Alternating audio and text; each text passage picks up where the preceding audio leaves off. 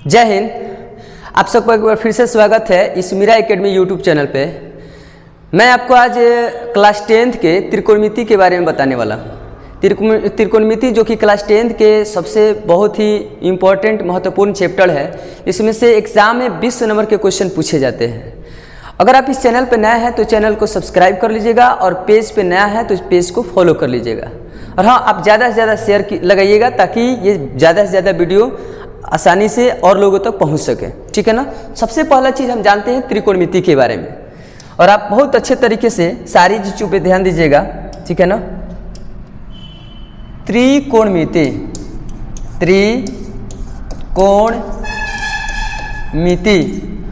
त्रिकोणमिति को हम लोग अंग्रेजी में ट्रिगोनोमेट्री कहते हैं।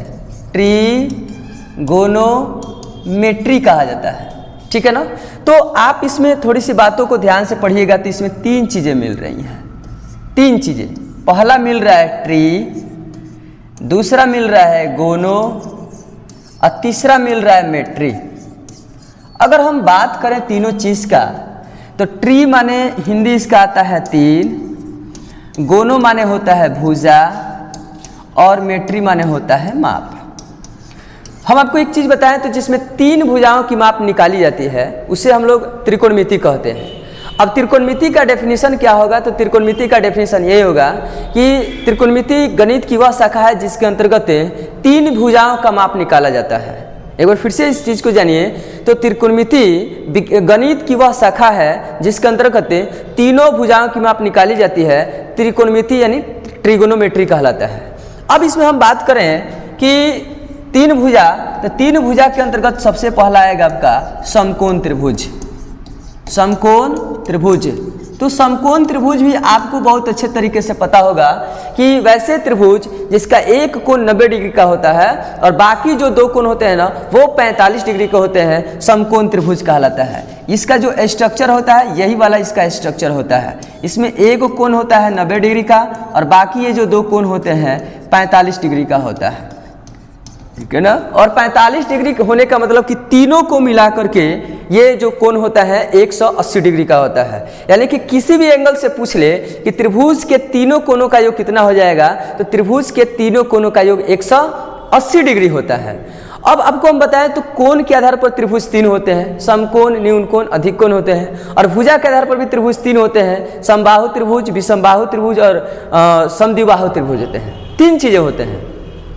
तो त्रिकोणमिति में केवल आपको समकोण त्रिभुज के बारे में ही जानकारी प्राप्त करना है। ठीक है ना। तो आप यहाँ से अच्छे तरीके से जाने कि त्रिकोणमिति जो है 3 भागों में ट्रिगोनोमेट्री, 3 भुजा माप, जिसमें 3 भुजाओं की माप निकाली जाती है।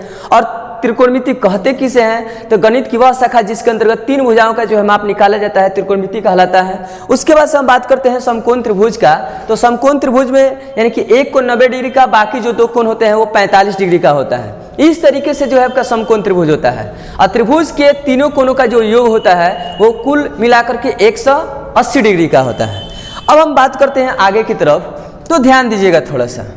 इसमें एक प्रमेय आता है जिसका नाम होता है पाइथागोरस प्रमेय। ठीक है ना। पाइथागोरस प्रमेय आता है। एक पाइथागोरस का प्रमेय आता है। तो पाइथागोरस का प्रमेय जो आता है ना वो होता है किसी समकोण त्रिभुज में कर्ण का वर्ग अन्य 2 भुजाओं के वर्गों के योग के बराबर होता है। किसी समकोण त्रिभुज में कर्ण का वर्ग अन्य 2 भुजाओं के वर्गों के योग के बराबर होता है। हम यहाँ लिख भी देते हैं पाइथागोरस प्रमेय। किसी समकोण त्रिभुज में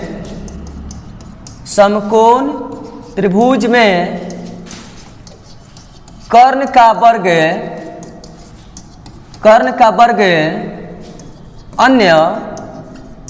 अन्य 2 भुजाओं के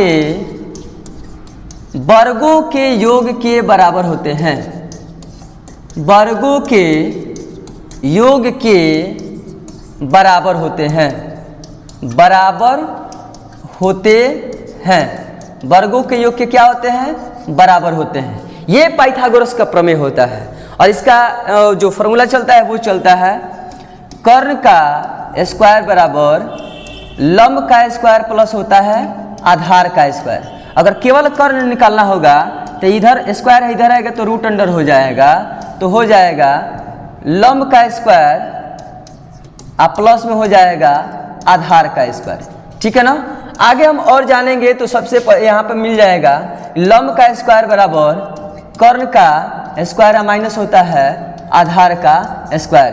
केवल लंब निकालना होगा तो रूट अंडर हो जाएगा कर्ण का स्क्वायर माइनस होता है आधार का स्क्वायर।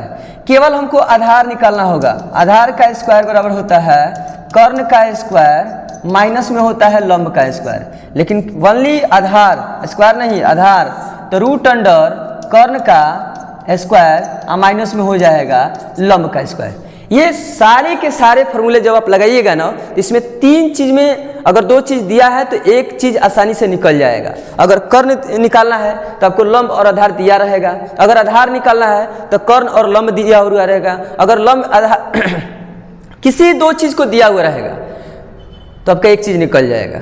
ठीक है ना। अब आते हैं, हम आगे बढ़ेंगे तो यहाँ पे मिलेगा आपको कि त्रिकोणमिति में जो निष्पंक्तियाँ होती है उसकी कुल संख्या कई गो होती है। तो त्रिकोणमितीय निष्पंक्तियों की जो कुल संख्या होती है वो 6 गो होती है। कैसे होती है तो आप जान लीजिएगा। पहला होता है साइन थीटा, दूसरा होता है कॉस थीटा और तीसरा होता है टैन थीटा। तो 3 गो आपका सीधा होता है और 3 गो इसका क्या होता है उल्टा। साइन का हो जाएगा कॉसेक थीटा, ठीक है ना, कॉस का हो जाएगा सेक थीटा और टैन का हो जाएगा कॉट थीटा होता है। इस तरीके से कुल मिलाकर त्रिकोणमिति में जो निष्पंक्तियां होती है उन निष्पंक्तियों की संख्या कई गो होती है 6 गो होती है। पहला हो जाएगा साइन का उल्टा क्या होता है कॉसेक, कॉस का उल्टा क्या होता है सेक, टैन का उल्टा क्या होता है कॉट होता है। अब इस सबका एक मान भी आता है कैसे कैसे जो है, जैसे साइन थीटा बराबर लंब बटा कर्ण, ये सबका अलग अलग तरीके से अलग अलग होता है। जैसे आप ध्यान दीजिएगा यहाँ पर, अगर हम साइन के जगह पे माने, साइन के जगह पे अगर हम मानते हैं कि साइन थीटा के जगह पर लंब बटा कर्ण लिख देते हैं, हम लंब बाटा में क्या लिखते हैं कर्ण लिखते हैं, तो इसी का उल्टा ये होता है कॉसेक थीटा। तो कॉसेक थीटा बराबर हो जाएगा कर्ण बाटा में क्या हो जाता है लंब, चूंकि ये दोनों एक दूसरे के क्या होते हैं उल्टा होते हैं। दूसरा अगर हम बात करें तो दूसरी बात करें हम तो कॉस थीटा यहाँ पर दिया हुआ है, तो कॉस थीटा बराबर यहाँ पे हो जाएगा आपका कॉस थीटा बराबर होता है आधार बाटा में क्या होता है कर्ण हो जाएगा। तो उसी तरीके से अगर आप ध्यान दें सेक थीटा का जो उल्टा होता है सेक थीटा बराबर होता है कर्ण और बाटा में क्या हो जाएगा आधार होता है। बात सुंदर है ना। और हाँ, अगर आप इस चैनल पे नया है तो चैनल को सब्सक्राइब जरूर कीजिएगा, ज़्यादा से ज़्यादा शेयर लगेगा। पेज पे नया है तो पेज को फॉलो कीजिएगा, ठीक है ना, ताकि हमको भी जो है कुछ ना कुछ एनर्जी मिलता रहे। अब यहाँ पे देखिएगा टैन थीटा है, तो टैन थीटा बराबर होता है लंब और बटा में क्या होता है आधार। तो उसी तरह से कॉट थीटा का मतलब होता है कॉट थीटा बराबर होता है आधार और बटा में क्या होता है लंब। इस तरीके से त्रिकोणमिति में 6 निष्पंक्तियां होती है। 6 निष्पंक्तियां में 3 गो जो है सीधा होता है और 3 गो क्या होते हैं उल्टा होते हैं। एक बार फिर से जानिए, साइन थीटा का उल्टा होता है कॉसेक थीटा, कॉस का उल्टा होता है सेक थीटा, टैन का उल्टा होता है कॉट थीटा। तो साइन थीटा बराबर होता है लंब बटा कर्ण, तो कॉसेक थीटा बराबर हो जाएगा कर्ण बटा लंब। कॉस थीटा बराबर होता है आधार बटा कर्ण, तो सेक थीटा बराबर होगा कर्ण बटा क्या चीज आधार। टैन थीटा बराबर होता है लंब बटा आधार, तो कॉट थीटा बराबर आधार बटा क्या होता है लंब। और इसमें देखिए अगर 2 चीज दिया हुआ रहेगा तो कोई एक चीज आप निकाल सकते हैं। अगर यहाँ पे 2 चीज दिया है तो कोई एक चीज निकाल सकते हैं। और इसको निकालने के लिए यही चीज होता है ना कि आप पाइथागोरस का प्रमेय जरूर लगाइएगा। पाइथागोरस का प्रमेय यही होता है कि कर्ण का स्क्वायर बराबर लंब का स्क्वायर प्लस आधार का स्क्वायर। लंब का स्क्वायर बराबर होता है कर्ण का स्क्वायर माइनस आधार का स्क्वायर। आधार का स्क्वायर बराबर होता है कर्ण का स्क्वायर माइनस में लंब का स्क्वायर। तो ये तीनों फॉर्मूला आप लगा करके आसानी से सारी चीजों को निकाल सकते हैं, ठीक है ना। आगे चलते हैं हम। जब हम आगे चलेंगे तो एक चीज और कॉन्सेप्ट क्लियर करेंगे हम आपका। अगर यहां पर समकोण त्रिभुज एक हम बना देते हैं, एक समकोण त्रिभुज हम बना लेते हैं। यहां पे ये आपका हो जाएगा 90 डिग्री का, इसका नाम हम रख देते हैं ए, इसका नाम हो जाएगा बी और इसका नाम हो जाएगा सी हो जाएगा, ठीक है ना। बहुत प्यार से ये सारी चीजों को देखते रहना है। कभी कभी आपसे पूछ देगा, कभी कभी आपसे पूछेगा कि साइन ए का मान निकालना है, साइन ए का निकालना है, तो आप अच्छे तरीके से जानिएगा कि जहां कोण लिया जाएगा। जहां कोण लिया जाएगा तो सामने वाला भुजा क्या हो जाएगा, लंब, ये वाला हो जाएगा आधार और ये वाला हो जाएगा कर्ण।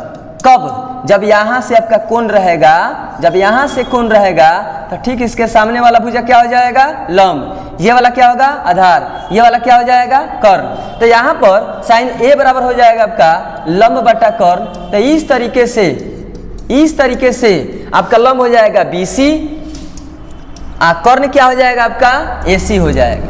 लेकिन वही अगर यहाँ से हम एक और यहाँ पे चित्र बना करके दिखा देते हैं, एक और अब की बार हम यहाँ से थीटा ले लेते हैं, ठीक है ना, इसको C मान लेते हैं, ये आपका B हो जाएगा, ये आपका क्या हो जाएगा A हो जाएगा। तो आप अच्छे तरीके से जानिएगा कि जब यहाँ से थीटा ले लीजिएगा तो सामने वाला भुजा क्या कहलाएगा आपका लंब, ये वाला क्या होगा आधार और ये वाला क्या हो जाएगा कर्ण। तो आपके मन में क्वेश्चन उठता होगा कि क्या लंब और आधार बदलते हैं? तो बात सही है, किसी समकोण त्रिभुज में कि और कर्ण जो है नहीं बदलेगा, लंब और आधार आसानी से बदल जाएगा, कर्ण अपने जगह पर ही रहता है, ठीक है ना। एक बार फिर से जान लीजिए कि कर्ण कभी भी बदलने का काम नहीं करेगा, लेकिन लंब और आधार आसानी से बदल जाएगा।